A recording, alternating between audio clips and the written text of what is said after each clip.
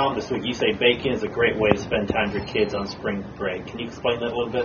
Well, yeah, I mean, doing anything with your kids is great, but when you're creating something, and especially something that everybody can enjoy, it's a really great experience, something they'll remember. And baking is a great way to incorporate teaching in with your activities. I mean, you're learning about science, and you're learning about math through measurement, and responsibility, and following instructions, and organization, and cleanliness. I mean, there's so many things you can learn through cooking, and with this especially, it's great because you can explain the science of the yeast, and you can figure the measuring, and there's a couple bits of the recipe where you are weighing versus just like scoop measuring, and that's interesting. You can explain that to your kids as well, and incorporate in the weight measurement.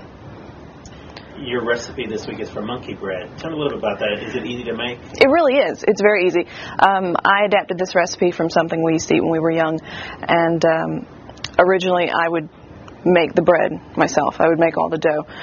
But to make it a little easier on everyone, I've adapted it this way to use frozen dough, and you can use frozen bread dough. I use frozen roll dough because it's already pre-portioned and it's perfect size.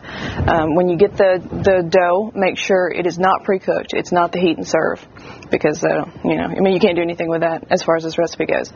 Get the dough, make sure you let it rise all the way, as much as you can get out of it before it starts to recede, because then the yeast is kind of dying and asphyxiating on its own gas, and you don't want that.